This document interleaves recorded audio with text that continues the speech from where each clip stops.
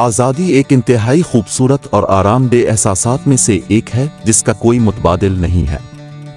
आज के तारीखी तनाजुर का ताल्लुक आज़ादी से है और इस शख्स से मुताल्लिक है जिसने पाकिस्तान की आज़ादी के लिए अनथक मेहनत की। जी हाँ, अब सही समझे, वो कोई और नहीं बल्कि अजीम मोहम्मद अली जिन्ना थे, जिन्हें आम तौर पर कायद-ए-आज़म कहा जाता है। मेरे चैनल में खुश आमदीद और मेरी पिछली वीडियोस को पसंद करने के लिए मैं आप सबका बहुत मशकूर हूँ। आइए अब इस वीडियो को शुरू करते हैं। पाकिस्तान के बानी कायद-ए-आज़म मोहम्मद अली जिन्ना ने एक आज़ाद मुस्लिम रियासत के क़याम की जिदोजहद में कलीदी किरदार अदा किया। जिन्ना 25 दिसंबर 1876 को कराची में पैदा हुए, जो इस वक्त बरतानवी हिंदुस्तान का हिस्सा था। जिन्ना एक विजनरी रहनुमा के तौर पर उभरे, जिन्होंने बरसगीर पाक व हिंद के मुसलमानों को अलहदा वतन के अपने देरीना मुतालबे को हासिल करने के लिए रहनुमाई की। जिन्ना का तालीमी पस मंज़र मुतासिर कुन था, जिसने एक वकील और सियासतदान के तौर पर उनकी कामयाबी की बुनियाद रखी। उन्होंने अपनी इब्तिदाई तालीम कराची में हासिल की और बाद में लंदन चले गए, जहां उन्होंने सिंध मदरस अल इस्लाम और फिर Christian missionary society high school से तालीम हासिल। इसके बाद उन्होंने इंग्लैंड में आला तालीम हासिल की। जिन्ना ने बम्बई के गोकुलदास तीजपाल स्कूल और फिर लंदन स्कूल ऑफ इकनॉमिक्स में तालीम हासिल की, जहां उन्होंने अपनी कानूनी सलाहियत को तेज किया। जिन्ना ने 1896 में लिंकन्स उनसे बैरिस्टर की हैसियत से क्वालिफाई किया और बॉम्बे में अपनी कानूनी प्रैक्टिस शुरू की। बतौर वकील उनकी गैर मामूली सलाहियतों ने उन्हें एक ज़बरदस्त वकील होने की वजह से शोहरत हासिल की। वक्त गुजरने के साथ वो कानूनी बरादरी में मकबूलियत हासिल करने लगे और हिंदुस्तानी सियासत में एक अहम शख्सियत बन गए।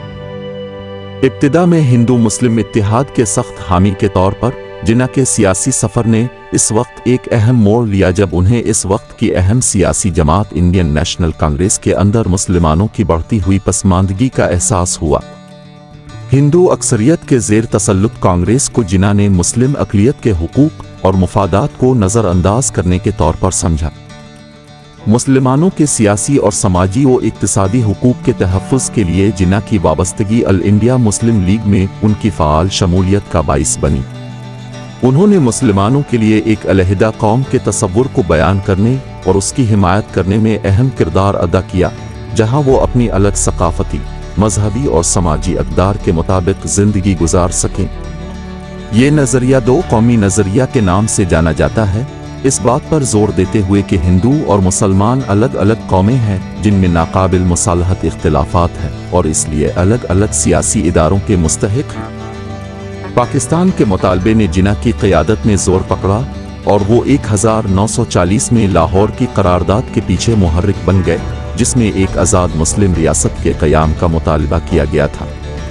मुसलमानों के हुकूक के लिए उनका गैर मुतज़लज़ल अज़्म और मुअस्सर वकालत अवाम में गूंजती रही, जिसकी वजह से पाकिस्तान के नज़रिए की वसी हिमायत हुई।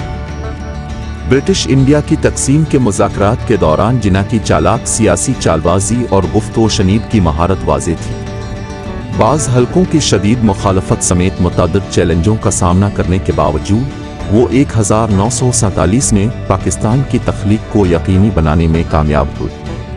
14 अगस्त 1947 को पाकिस्तान एक आज़ाद मुल्क के तौर पर उभरा और जिन्ना ने अपनी मौत तक इसके पहले गवर्नर जनरल का किरदार संभाला।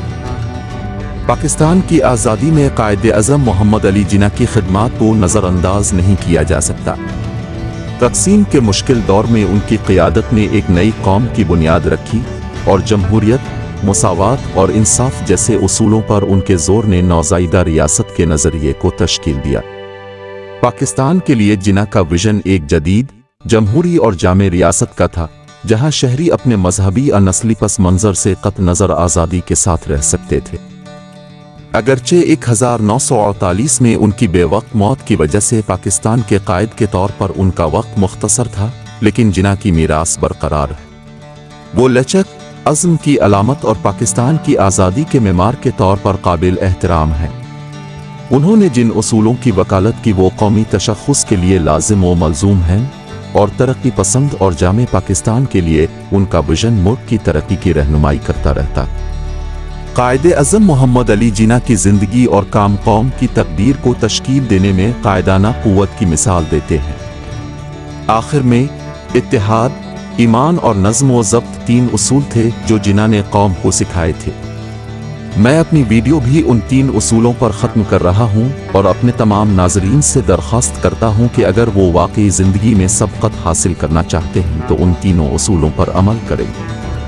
मेरे चैनल को लाइक और सपोर्ट करते रहें। बहुत बहुत शुक्रिया।